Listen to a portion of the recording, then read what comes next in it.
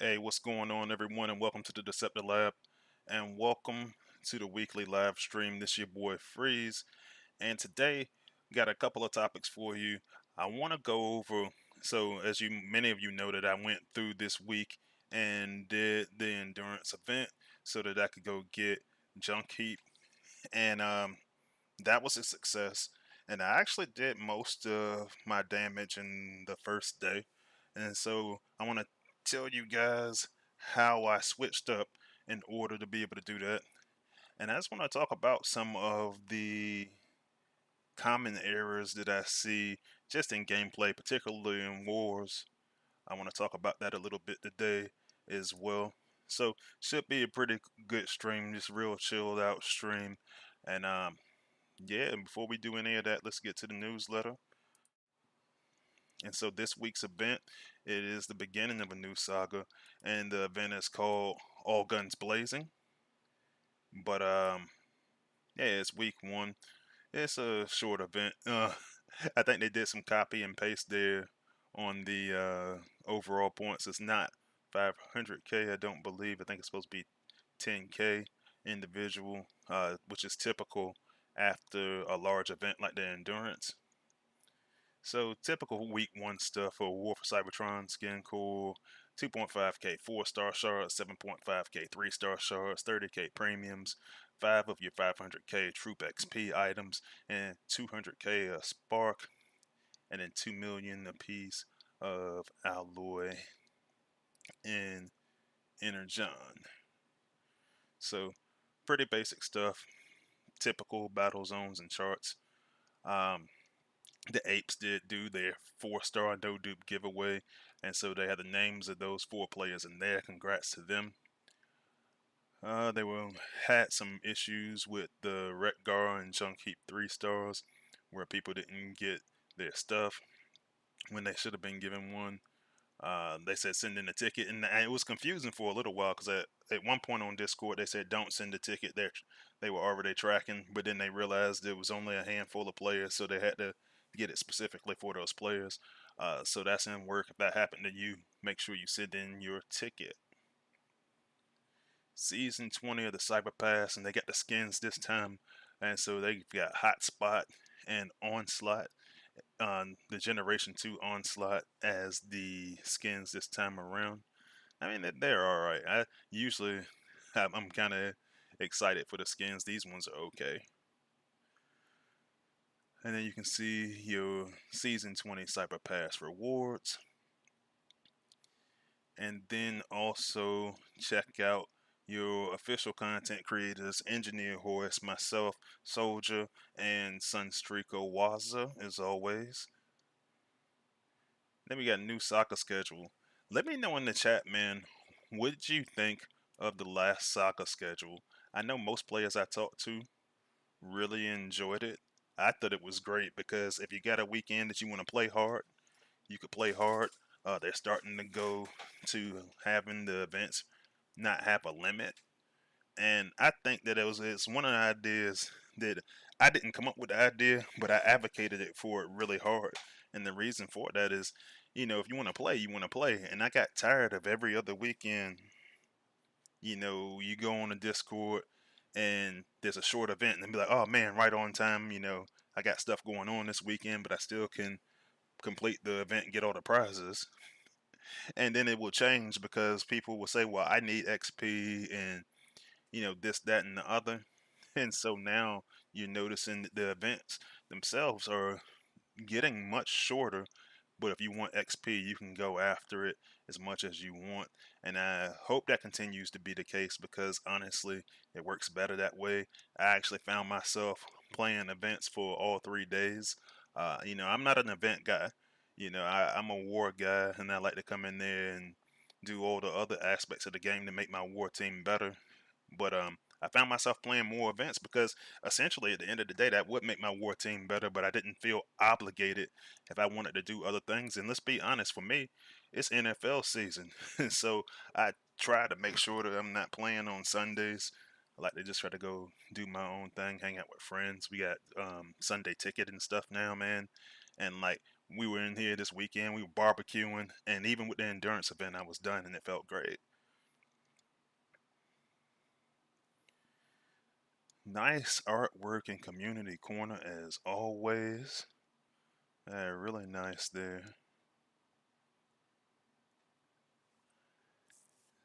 Texas Hammer got some more collector's coins, so this time he's got Bumblebee and Soundwave. That's really neat. He's always collecting something cool. I'm not surprised. All right, so bug fixes and improvements. Now we hadn't had any bug fixes and improvements for a couple of weeks now, and so they said Roller Force and Slugfest were getting stuck. They were targeting invisible objects. That's going to be resolved tomorrow. It says Thursday, 14th of September. Imagine with the content push. And they're still working on brainstorming Skyhawk. Just because there's been a lot of bug reports, a lot of that stuff has been really with their targeting and a couple of other issues. So they're working their way through that. Um, I will say this, and here's it's just a theory.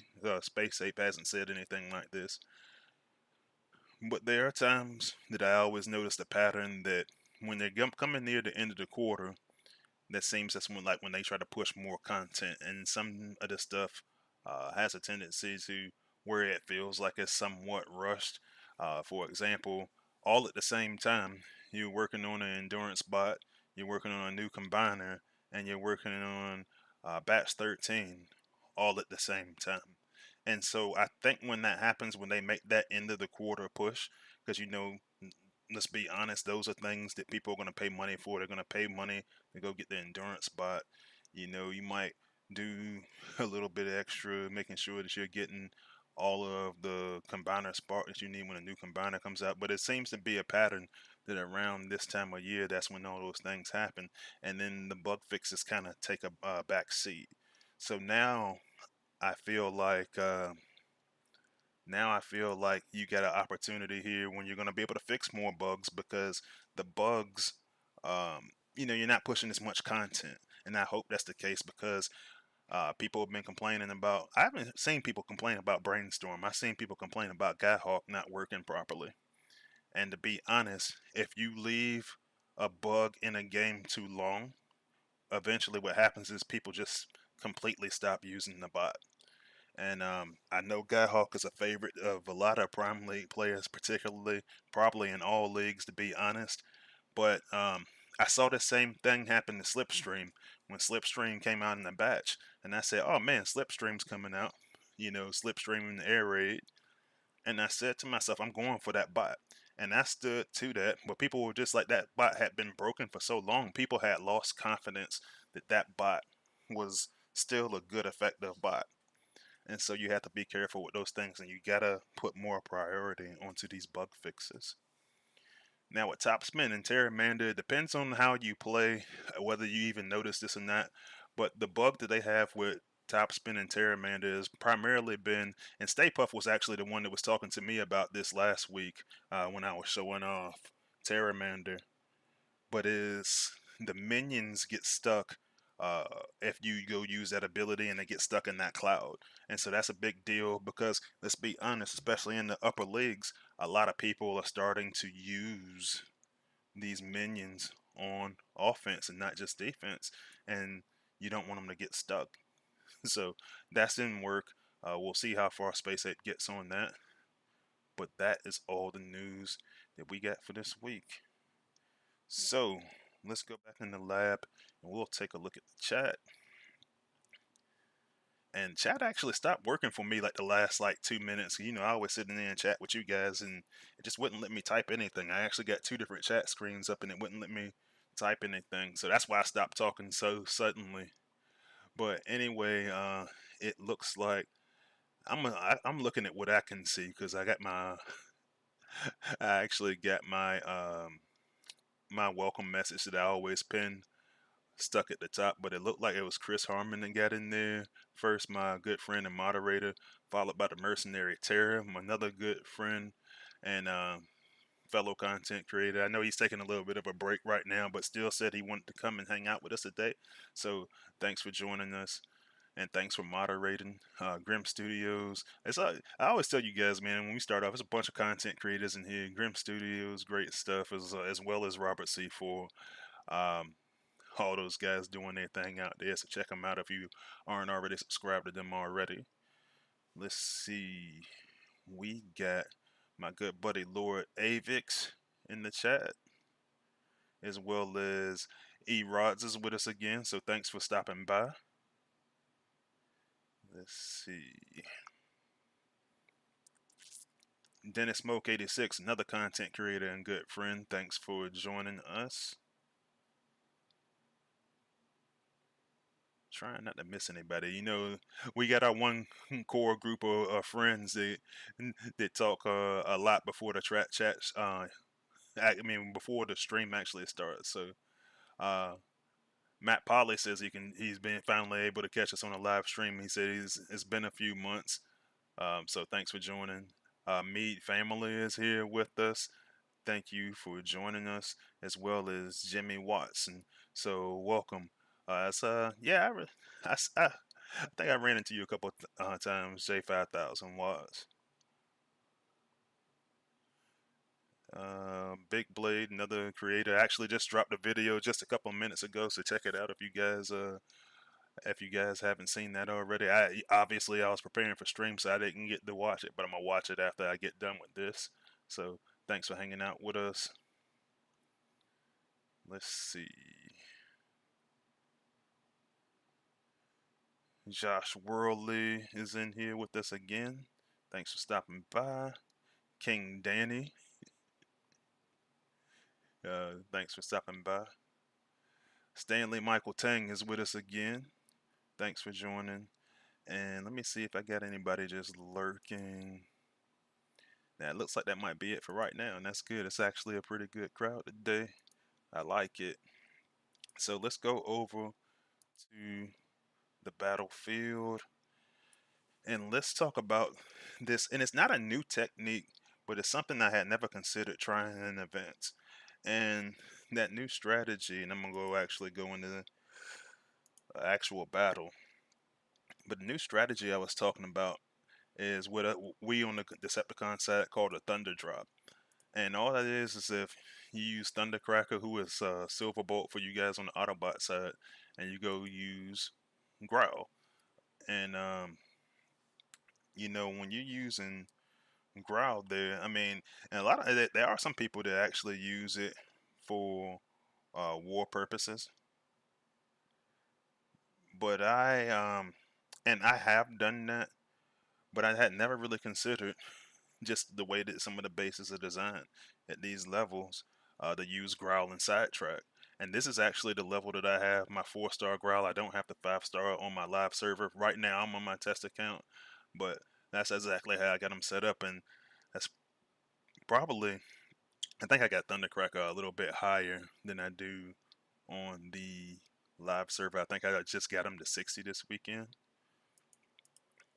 But check this out real quick. So I'm going zone 15. That's the zone I try to stay in during events. Alpha Tryon 1, I missed you, buddy. I said I missed your name when I was up there. Thanks for joining us. Alpha Tryon 1 says he's not here. So all I did, I started at the event, right? And I had my teams all built. I had like sets of like 2 and 3 bots. And I don't know if I'm just dreaming it up in my head. If, I don't think it's because I'm missing the Titan, because it's always been like that during events.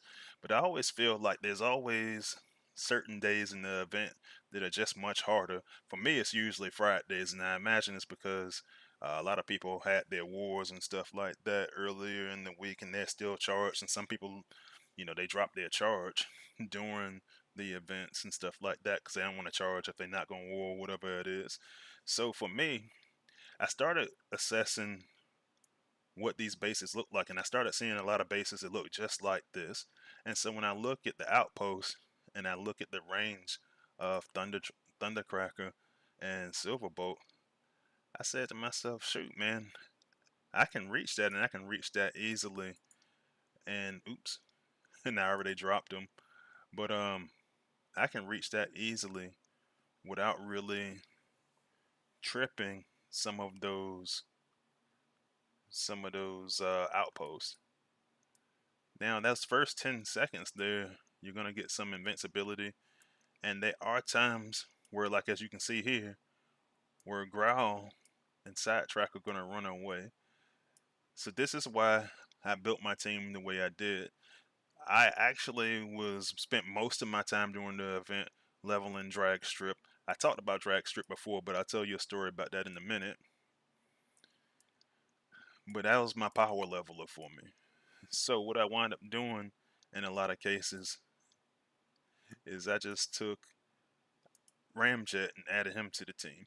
I hadn't been using him for a while since I was real big on sack for a bit, and what I ended up doing was using him to get up to the top level. Now there are some obstacles that you might face at times. I will say already, like looking at this particular battle, uh, there's a lot of shield generators and stuff up there. But pretty much, I fought the entire fought the entire duration of this event just like this. Now it's a couple of things. Like I said, if you get that shield generator up, you might have to go take it out first, just to expedite the process of bringing down the HQ. But I was able to do that because so many bases had their shields down. So many bases didn't have their outpost bots near the HQ. They were using for other stuff, and I was just able to just kind of do that on repeat, pretty much the entire duration of the event, and it really saved me from just having to deal with cycling through my teams, and I was just kind of using them over and over. Now I will say I spent some coins faster that way, but it also allowed me to passively level Thundercracker. Now there's a couple of ways that I actually went about it. Like in this case, this is a perfect example where there's not a shield up. He's gonna come back here. He's gonna tear up all that stuff. And I actually ran a little bit with Slipstream over the weekend too. So she's got decent range as well. So I was actually able to use her to expedite the process a little bit. But because of that invincibility, you wind up taking out huge chunks of the base. Now, here, I don't know if I'm going to have enough, but I got 40 on my ability points. So with drag strip, it made it kind of easy because he's gonna have with that ability 11 some fire damage, and I can just sit there right there at the pad and just spam that ability until the HQ is gone. Now, obviously, you don't have the Titan in the event, but the Titan's not attacking HQ yet at this point anyway. He might have gave me a couple more ability points, and boom, I'm leveling drag strip.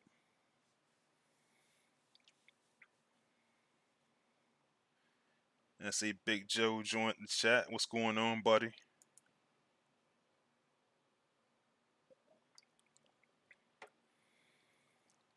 So yeah, I was just doing that pretty much all weekend. I got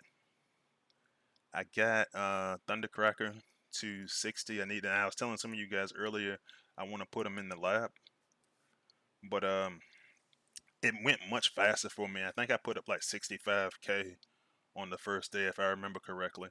I know I didn't have much left on. I got up a little bit on Saturday, watched a little college football, and just sat there and passively watched college, and just played a couple of battles of Transformers. By the time Sunday morning came up there, I had finished the whole event, or I had finished my whole bit before it was time to go to church in the morning. So, and Big Joe says he's researching his new 5 stars, so he got flatline and junk heap. Nice. So you are super set up to use junk heap if you use junk heap, because I know, like I was saying on some of the previous live streams, Space Safe was saying they see it more as a healer that you use to complement another healer, and so yeah. So in this particular case, Growl is going to take out the shield generator, so that's already a bonus. The shield generator is gone, and then he's going to do himself a little bit of service by clearing out some of that area in the back. Now he does have a tendency, depending on how the base is set up, to try to run away, and that's one of the reasons I actually like to target him at the HQ, if at all possible. It seems to work better that way. However, I still got Ramjet over here. I can actually run him to Star Saber real quick, get back to the outside so I don't hit this combiner outpost. I still might, because I'm going to be over here at the HQ, so I'm going to go behind the HQ, hit a couple of items, and try to come up the backside so that I don't run into that combiner outpost. Even if it's not charged, I don't want to risk it. But anyway, I ran into a regular outpost.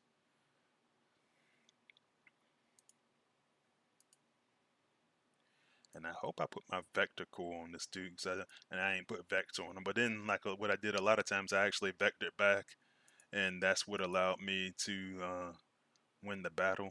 In this case, I got my Titan, so I'm gonna use it.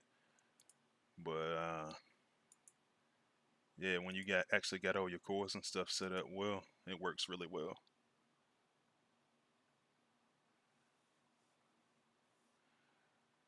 Let's see. Big Blade says he's working on in the lab a 4-star skydive and a 5-star jet fire. That's what's up. Working on some of those air class spots.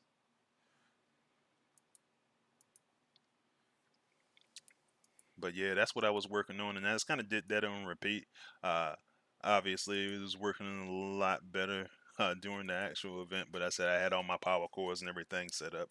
Yeah, it worked out pretty well, man. So if you got the bots to do it, if you got somebody you can charge in at long range like Ramjet or Goldfire, it's an option on how to proceed with those events. I think I'm gonna get me like one more battle in before I move on to the next topic.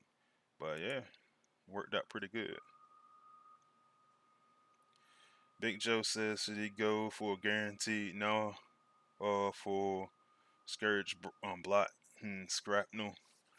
Honestly, hmm, I'd say go for. I think it's a lot of upside with Scourge, Blot, and Scrapnel, just because Blot's already a really really good bot that you're gonna use on offense as an outpost popper, as some a form of getting protection and stuff like that. And so that's that's the absolute top of your upside there. I think the lower side of that, now Scrapnel can be used and pretty good. Scrapnel is cheap. For you guys on the bot side, that's Bumblebee, um, and Rook that we were talking about. But you're not losing anything really by getting Scrapnel. Scourge you can definitely use on defense. And so I think you have a lot of value there, especially when you get that ability 11 and you go use the electric. So I like the upside more on, the batch with Scourge, Blot, and Scrapnel. I actually cleared that batch, I believe. Yeah, I cleared that batch. Because even after I got Blot, I think I got Blot second. Is either second or third? I think it was second in that batch. And then I actually went back and I went back to go get Scourge because I said I wanted them for defensive purposes.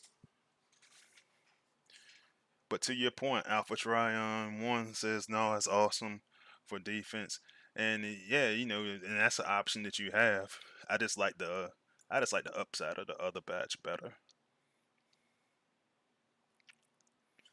Big Blade caught that Thundercracker and Growl solo, and I did that a couple of times too. To be honest, if I say I can save, um, I had my G Metal XP core on there for drag strip pretty much the duration of the entire first day. I actually took drag strip up about 11 levels. I think I took them from 55 to 66 on the live server, I think. So yeah, still not completely where I want them to go. I've been talking about them the last couple of weeks, and the thing is like I was telling a lot of my alliance mates early in the week, they would like I told them I had went up 11 levels on drag strip, and they said, "Why drag strip? Is that a war bot? Like, why would you do that?"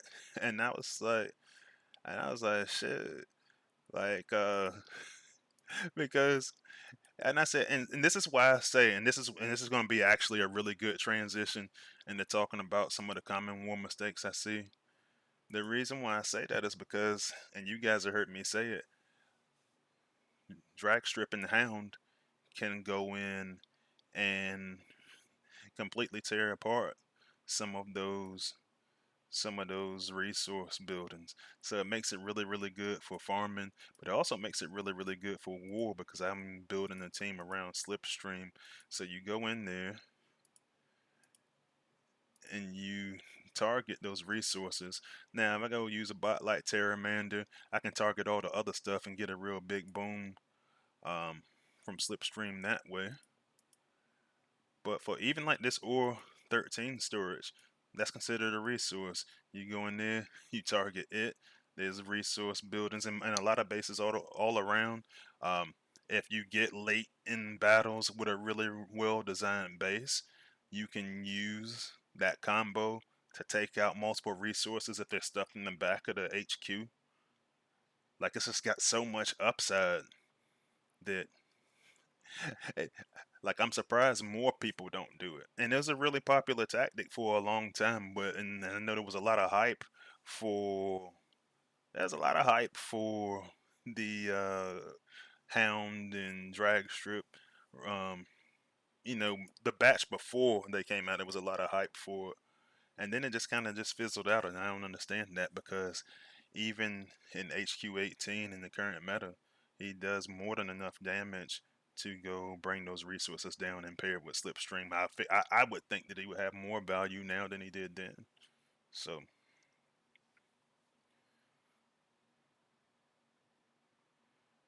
let's see. Take a look at the chat.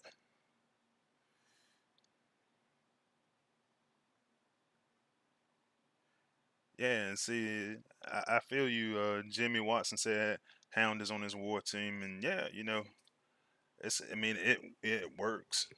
I don't, and I need to ask more questions. And I'm trying to figure out how there was hype around Hound and Drag Strip at one point, and it just suddenly stopped. And it's just like, nah, man. Like I don't think like something changed that made it any different. So I'm not sure. I don't really know what made it change, but it did, and people kind of backed off.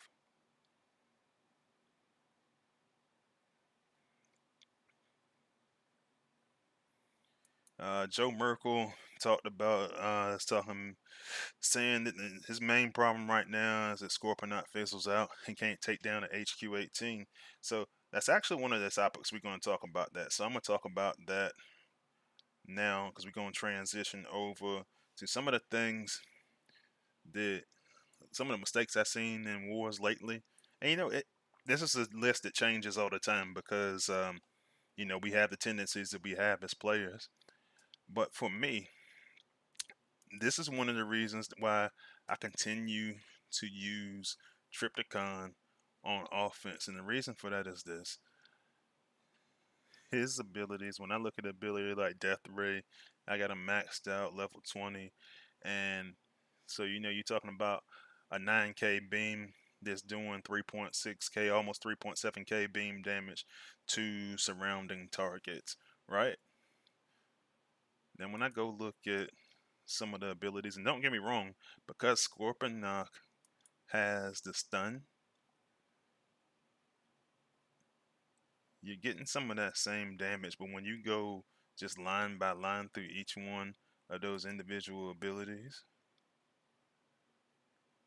it's just with it being electric damage, it's just not going to happen quite as fast as it does when you're looking at the damage that we have here. And they try to make them pretty similar, but when you get the beam damage increase, then you're just gonna have. Well, actually, that's for your other stuff up there defensively. But I just like that opportunity to just get that one shot concentrated into an area, and then you just go in there and use it to assist you taking stuff out. So I keep using Tripticon, particularly on offense. Um, I still need a lot of practice of using Scorponok, but that's one of the reasons why I use them is specifically to help me take down defenses faster by just focusing on a single target like that.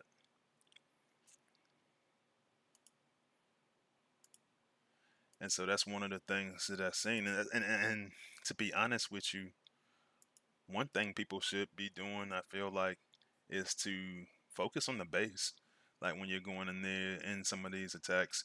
And the reason why I say that, because if you build and if you just construct a real good team, what you're going to find out is that from a time standpoint, you're going to be well ahead, well ahead of that clock that you got ticking for you to have to deal with that Titan. So watch this. And this is granted, this is a little bit of an easier base, but just watch the clock as I go deal with this base. And then, well, in this case, I got a 3-star Metroplex, so that's not really going to help much. It's not going to be the same level as the one that I got. But the time does become a factor here, because now I cleared that whole bottom section. It's been about 30 seconds into the battle. Now when I go back and I go use that slipstream combo, which is going to take me a little bit second. Luckily that attack lasts a total of 20 seconds, so I can get back in the range. But when I go use this ability on the base, I'm able to get an extra explosion for slipstream without even using a regular ability. And then it's just going to expedite the process of me getting to the top of that battlefield. This is where I say now there's a lot of resources up there. The drag strip comes into play. And I'm actually getting through there. I got through there in about a minute. Nah, that was a 3-star Titan. It had just died. So that's one of the reasons why I say you should continue to attack the base. Because even when I'm in like a Prime League war, like those things it helps.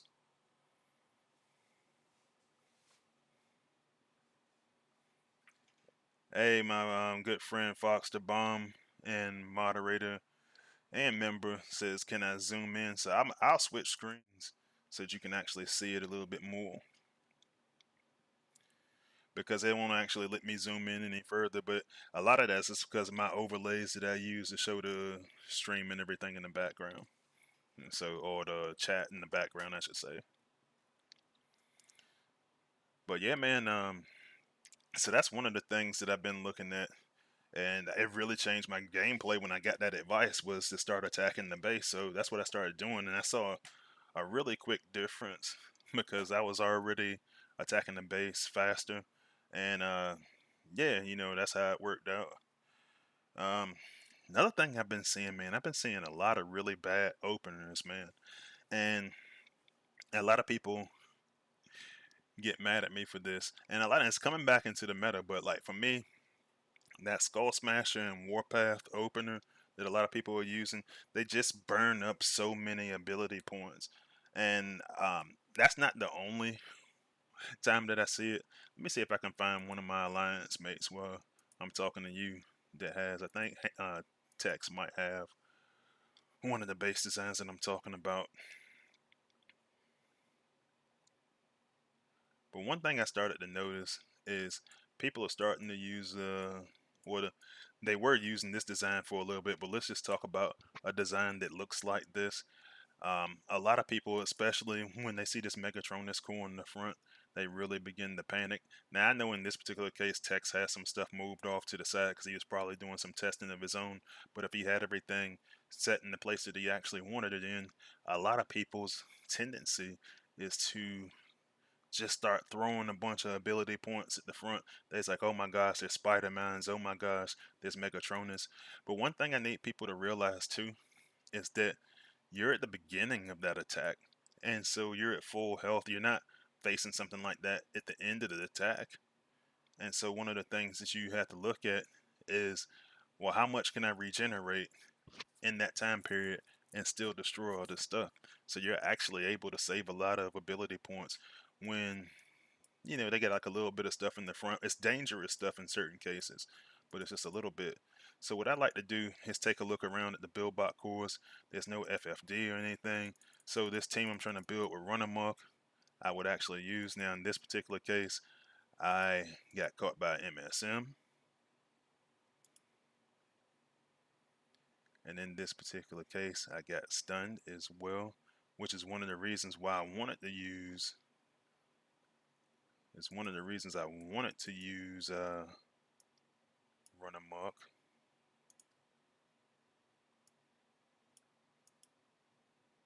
And this is why I was going for junk heap in the first place, because this is one of those times where you make a mistake, you get into a situation that you are scared to get out of, you're not going to get out of, but now he's going to be able to have a 100% revive. But yeah, you see, I kept almost all my points and gained a lot of points back. So now I'm advancing to the second layer of this particular map. And I ain't bring a combiner or anything, so I'm probably going to lose. And I also didn't look to see where it was. But my point was, you can save a bunch of ability points for the end here, and as opposed to being stuck,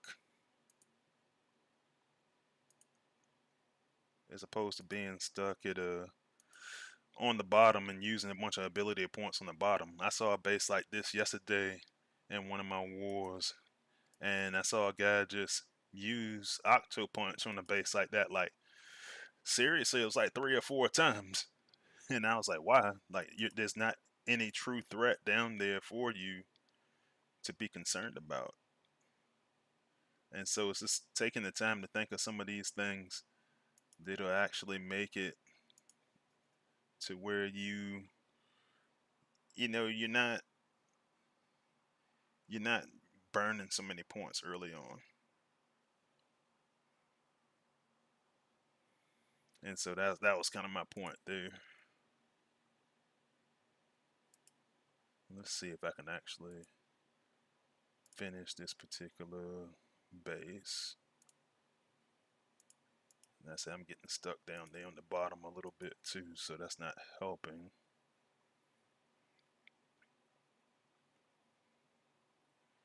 Trying to get that build bot down. I also got FFDs up here, so that's not helping my case. But like I said earlier, I probably should have bought a combiner.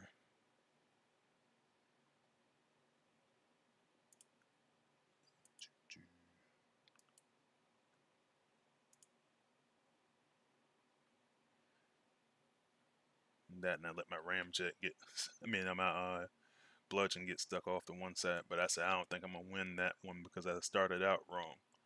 But you can kind of see the point. Usually I use my Galvatronus to take out some of those FFDs so I don't run into those kind of situations. But yeah, so that's one of the major things that I see. Let's see what else. Another thing that I've been seeing a lot of lately is I see people chase the meta too hard. And so like obviously right now acid is the meta.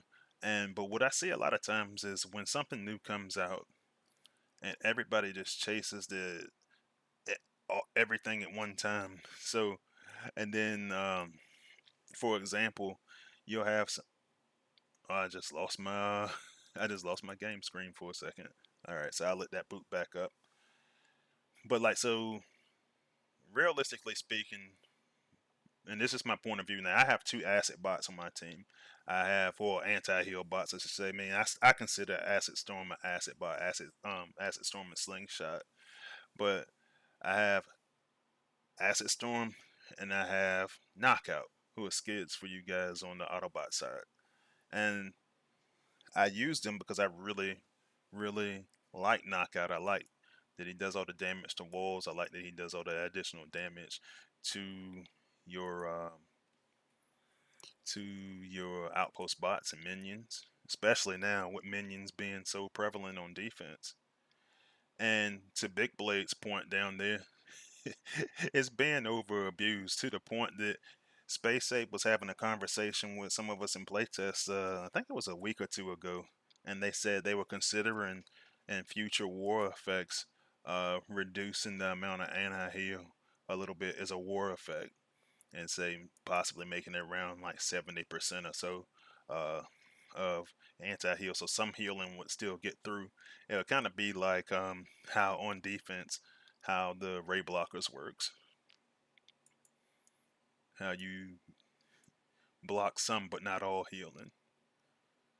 And so I started saying to myself, when I was thinking about this whole concept of acid, I said, man, you only really need one bot. So if I was going to take one bot, Acid Storm has all the range, and then I could use whatever other bots I have around to try to make sure that I get everything down in a quick manner while capitalizing on that anti-heal.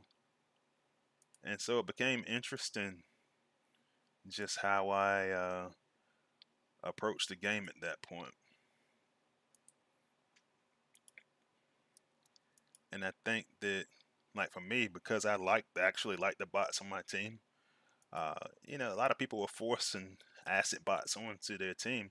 But then it took another weird turn because then people was like, oh, I need to have Bash Breaker and Gabu.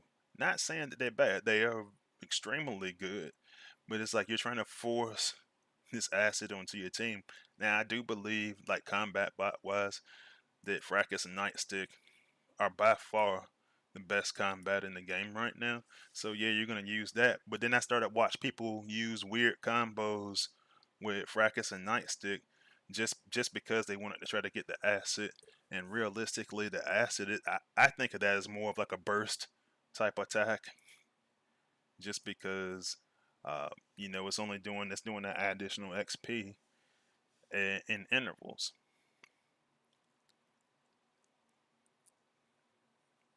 But yeah, so that's one thing.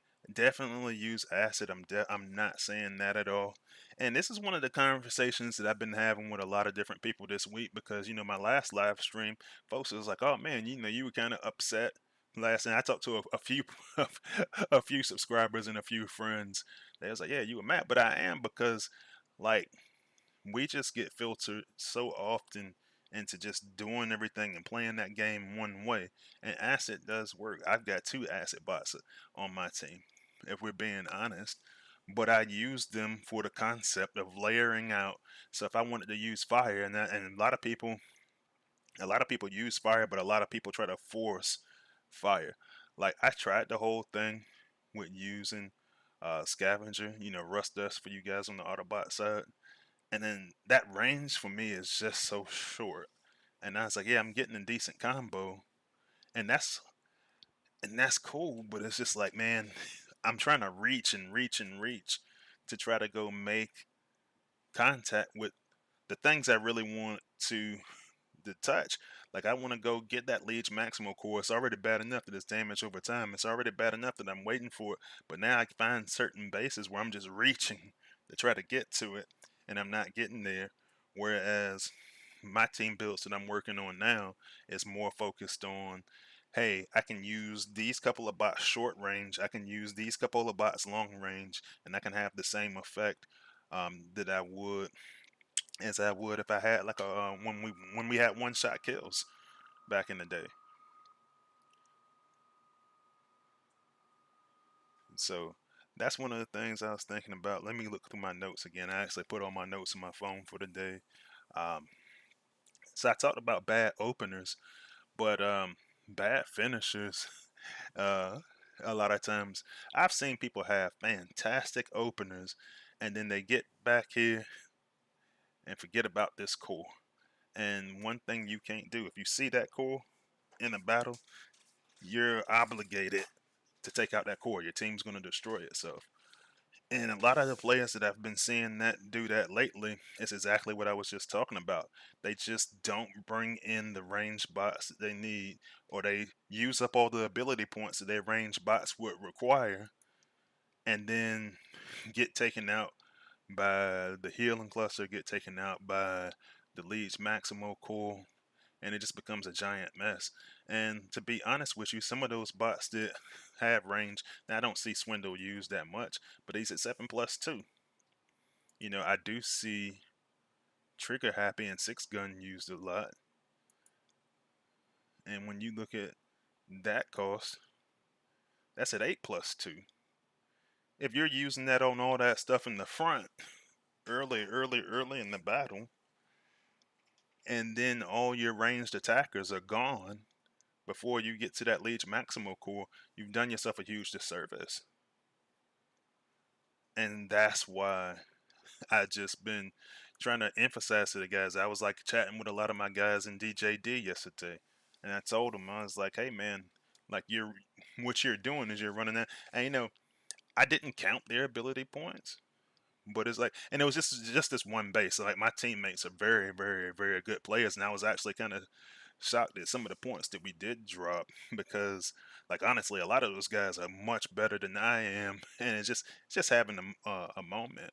But I was just like, hey man, it looks like you're just running out of range for taking out your cluster. Like even an example like this base I have, which is an old model of a base that used to work for me in like the HQ17 days. Um, Trying to make sure that you get enough distance between you and that Liege Maximal core to take it out.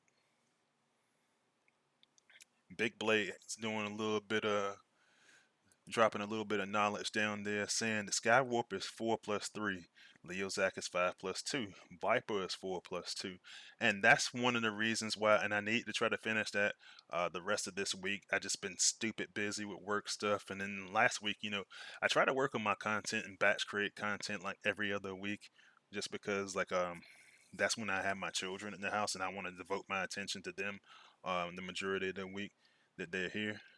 But that's one of the reasons why I was starting that whole video series with the asset bots, so that you could actually see the value of some of those bots, and we can actually take a look at a couple of them right now. I'm not going to tell you how I rank them just yet, because then you guys wouldn't want to watch my content later on when I release the when I release a new video. So I'm not going to tell you the order that I put them in, but I will say this. Let's talk about the ones that Big Blade was talking about. So let's go get a Sky Warp let's go get. I talked about Leo Zach a lot, and you know that if I get up there and talk about Leo Zach, I'm going to start eventually talking bad about Leo Zach. So I'm not going to use him yet. I'm just messing with you. I'll put him up there. Let's see. I guess I'll leave air class and go get Leo Zach. Now I will say this: when you look at it from a damage perspective, uh, sorry guys, I said I was trying to scratch my neck and start bumping into my microphone, but you're getting decent amount of damage there. You know, y'all know how I feel about them being melee, but people don't even talk about using some of these 4 stars. So like Viper, 4+2, um, and the acid there, so you can get some extra acid damage over 5 seconds. Um, so yeah, that's pretty good.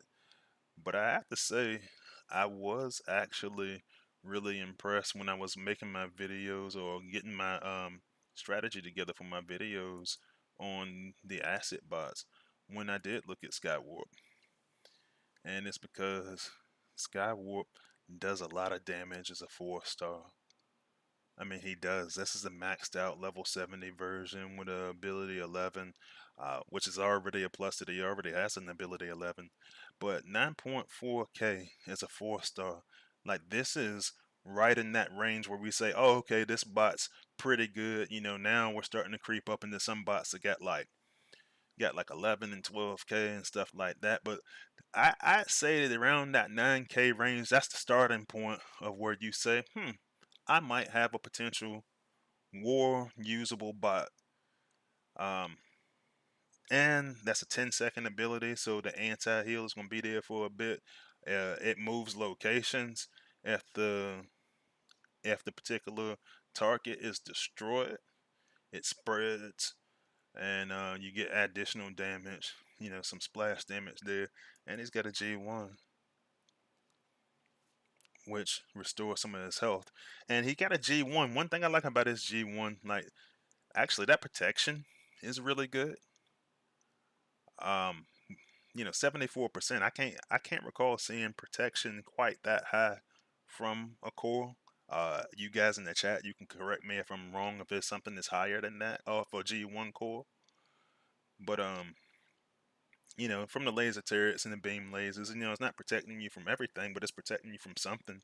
It's an air class bot, and to be honest with you, every 15 seconds, the G1 core, the one thing I like about it that disappearing attack, is it sticks close to the lore, and that's one of the things that as Transformers fans that you always love is like when something is closely linked to how the lore operates.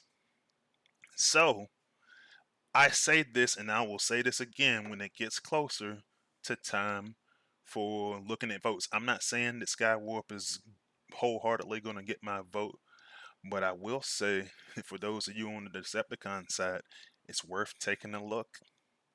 It is worth taking a look.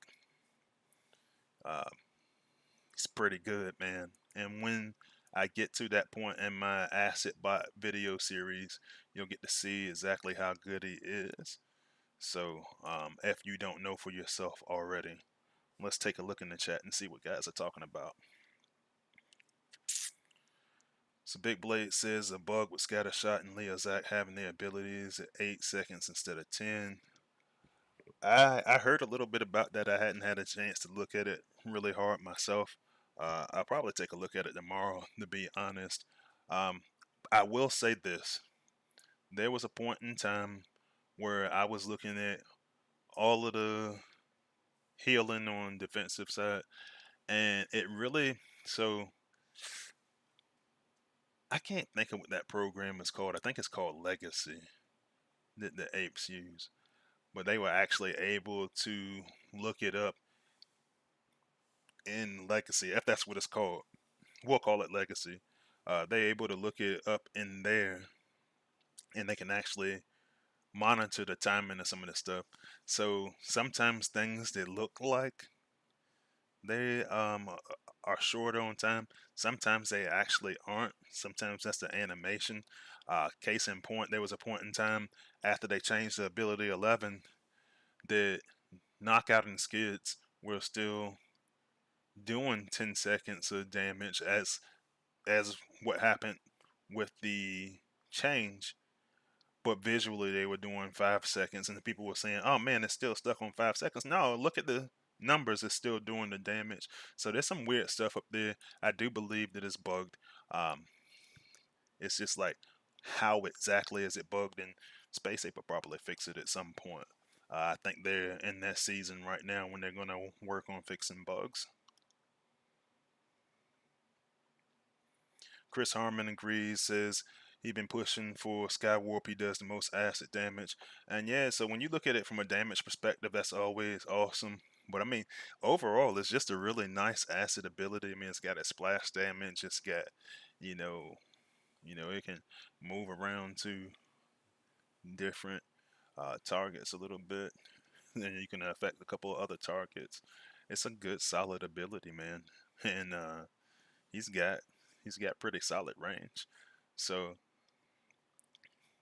yeah, no, I have to agree with you. He is gonna. I don't know if he is gonna be my vote this go around. The next time we get an opportunity, but I will say, when I have to sit down and think about it at night, it is one of the bots that I'm gonna have on that list, and I'm gonna strongly consider when that time comes. Grim Studios says, "Poor Ram Horn.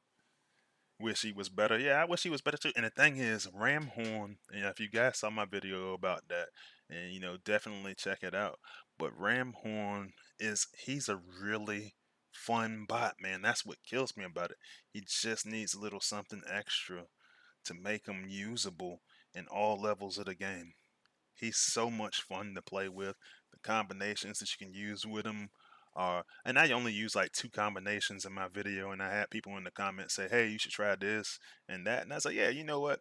That's a good point. I actually did try that when I was, just playing, practicing on playtest by myself, um, and ultimately I went with some of the combos that I thought got the most value out of him, and even those weren't good enough. I said Ramhorn needs to be better, especially considering now that he's an acid bot. They should have did a rework when they reworked acid.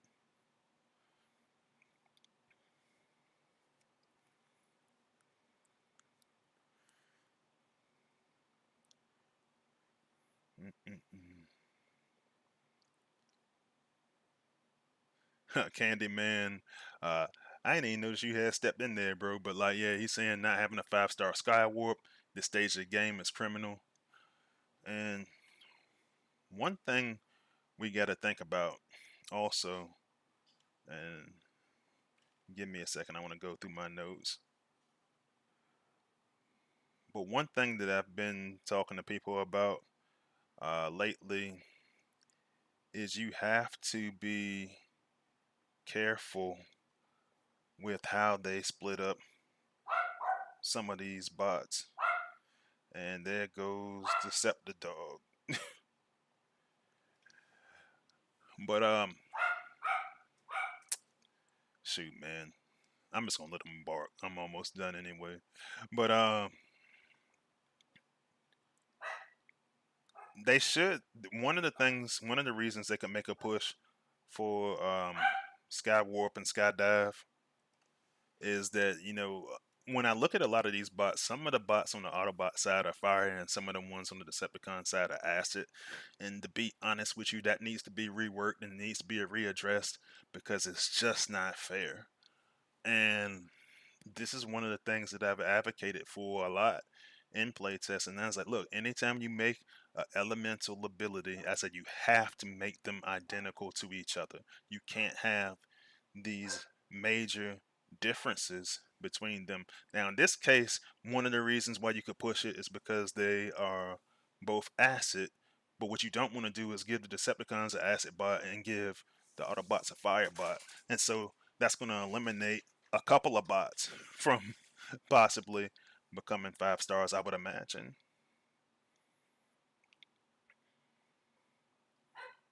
So, but all right, guys, I think I'm gonna go ahead and call it an evening. Hey, but like Let me know. Let me know what you think about some of the mistakes that you've been seeing in wars. I might be able to, if we come up with enough ideas, I might be able to swing that into some of my Art of War stuff. I know everybody likes those videos a lot, and I want to keep making more and more, uh, like just actual videos, long form content. So yeah, man. So anyway, I hope to be working on the Acid Bot series more this week and this weekend, and I hope to see you guys next week, and I hope to see you on the battlefield. Freezy is out.